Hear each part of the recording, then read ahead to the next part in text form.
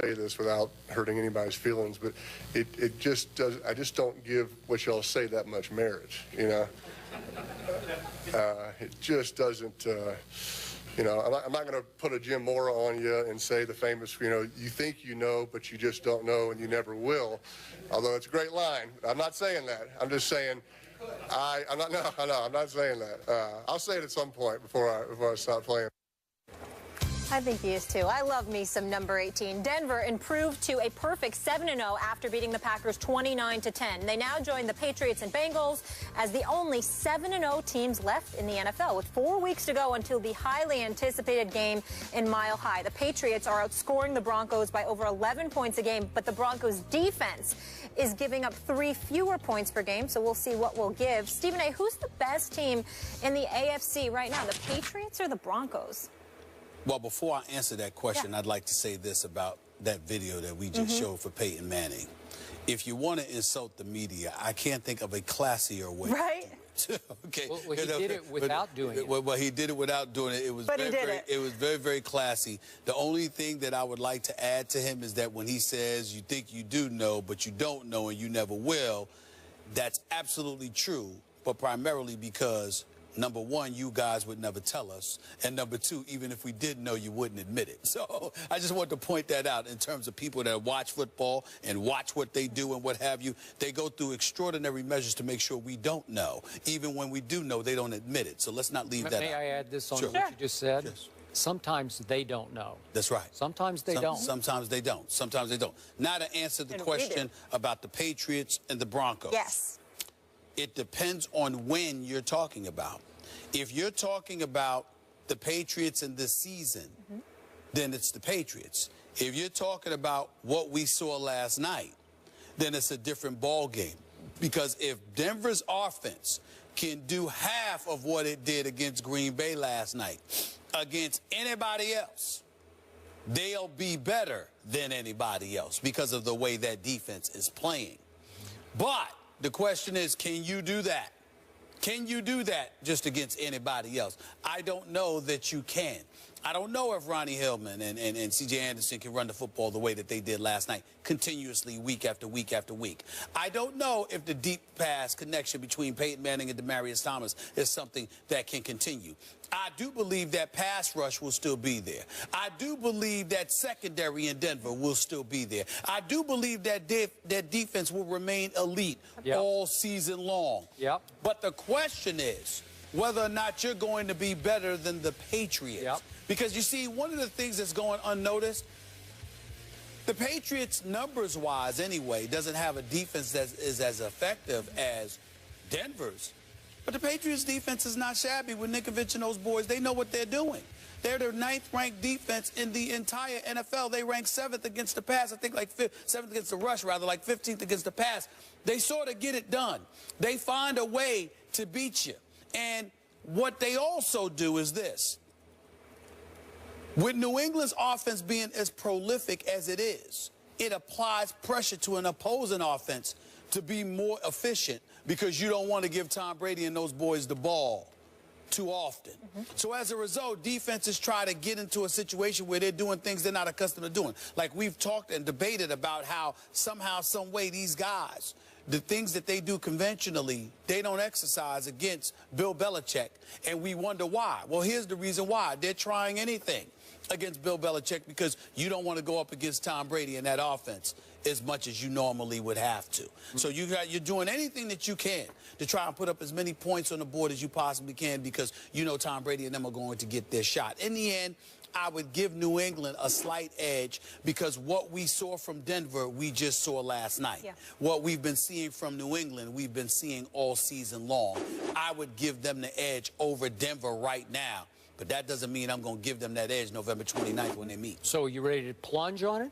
What you mean? That you're ready to go out on that limb and say that Denver will win. Well, we talked about. I know. I don't know why you. I don't know why you keep asking. But then I heard you on SportsCenter yesterday, and you were kind of vacillating. Well, they didn't ask me about that. They didn't ask me about the Patriots compared to the Broncos. But you were talking about a different subject. Well, I was defending them because a lot of people sit there and lambaste them. I try to be fair. You understand? I try to be fair. I don't get emotional like you. I try to be fair. And I'm just saying, I try to have convictions. You try to have convictions even when your opinion should be convicted. convicted. You still try to have convictions. All I'm trying to say to you is, well, it depends on which one we're talking about here. I'm just saying to you that the New England Patriots right now have shown a level of continuity via Tom Brady than the Broncos have via Peyton Manning. Peyton Manning still has 11 interceptions and just 7 touchdowns. Peyton Manning's only completing 62% of his passes. Peyton Manning hasn't been the Peyton Manning of old for a myriad of reasons, and we understand that. But we also know that prior to last night, what we were seeing from Denver's offense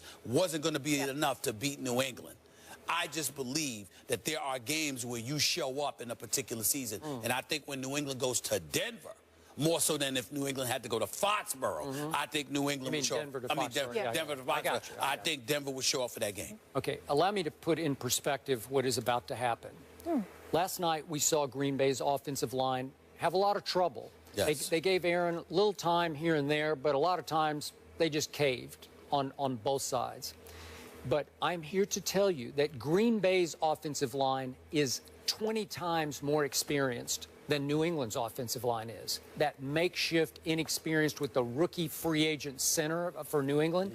Green Bay's offensive line, I would give a much higher grade overall than New England's. I think Green Bay's defense is, despite what you saw last night, it's still a little better than New England's defense. I think it is. Now, again, they lost a couple of corners last night. They lost a little depth at corner. Sam Shields out.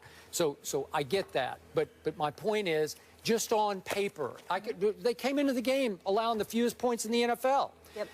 And yet, I'm ready to plunge. November 29th, that's a Sunday night, if memory serves, at Mile High. I say that Tom Brady will beat the Denver Broncos because Tom Brady, I'm here to tell you again, is playing at the highest level any quarterback in the history of this game has ever played at, starting with last year's Super Bowl all the way through last Thursday night's Miami devastation. Tom Brady, as I keep pointing out, is on a mission to deflate every opponent, to get even with Roger Goodell by getting even with the National Football League. He is trying to flatten every opponent, to devastate, annihilate, to leave them on the canvas groping for a clue of how to get back up off the canvas. And we saw what he did to Buffalo at Buffalo early. Yeah. They still haven't quite gotten back up off the canvas. We saw what he did to the Jets 2 weeks ago, right? And what did the Jets do at the Raiders? We're going to talk about it here in just a little bit. They just couldn't get up off the canvas yet because Brady annihilated their psyches because they couldn't stop him. Both those teams thought they had a really good defense going into the Brady game, and then they're saying, we're not all that because he exposed us and picked us to pieces. And I'm not saying he will pick Denver's defense to pieces, not in a place that Tom Brady has not played all that well, except for one game against Tim Tebow when Psycho Tom came out and they destroyed Tim Tebow's Broncos. Remember that one? That wasn't hard. Who could forget? It wasn't that hard. But all right. So my point is, because Brady is on such a mission, I believe he will inspire his team to beat Peyton's team on that night. They're just playing at such a high level. They make plays, and when he starts making plays, the defense starts responding to him. So loved what I saw last night. I can't make any case on paper for Brady winning on November 29th after what we saw happen to Green Bay's very experienced offensive line. But watch what happens. I think this team is on a 16-0 mission that very well could lead to 19-0. I just think you're looking at last night at Denver, and I think that, you know, you make a case for Green Bay in their defense to elevate Denver's offense, and I'm just of the mindset, look, prior to last night's game against Denver, they played San Francisco, St. Louis, and San Diego. Now, we've seen some flashes from St. Louis because Gurley is the real deal. No question about it. And I'm a Tavon Austin fan. No question about it. So we look at it from that perspective, and we know what St. Louis's front seven is like. So it is what it is. But San Francisco, can it get any awful? I mean, listen, we don't even have time to get in the Kaepernick today. Good Lord of mercy, what's going on in San Francisco there. And, of course, the San Diego Chargers have been a huge disappointment. But this Green Bay Packers defense does rank 7th overall, but it does rank 17th against the pass. It does rank 26th against the rush. It is 23rd in yards allowed. When you say 7th overall, you're talking about yards allowed. That's not right. Points allowed. Well, it says points allowed, not yards allowed. It Okay, says after 23rd. last night. But before last night, right. they went in number 1. But I'm just looking at them, and I'm just saying to myself, I just look at Green Bay, and I'm not sold. I am sold on Denver's defense. I am sold on what that defense can do. I'm just telling you. I look at their secondary right now. I mean, it's hard to get open against these dudes. It's going to be very, very interesting to see what happens, and it's going to tell me a lot about Denver and that defense because more so, it's not even about who wins or loses the game to me.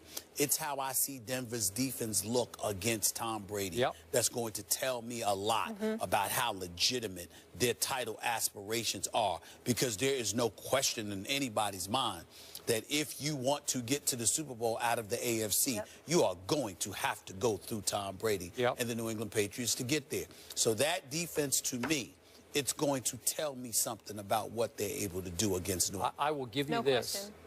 This Denver defense is way, way, way better than the one that faced Russell Wilson and got annihilated in the Super Bowl 2 Super Bowls. That's right. Right? That is correct. But if they can run the ball and Peyton plays like he did last night, they might have a shot at Mile High. Well, I'm just, again... I still think that, I still think Brady has true. the edge. But that defense needs to show up against Tom Brady. Brady's 11-5 in matchups against Peyton Manning. Moving on.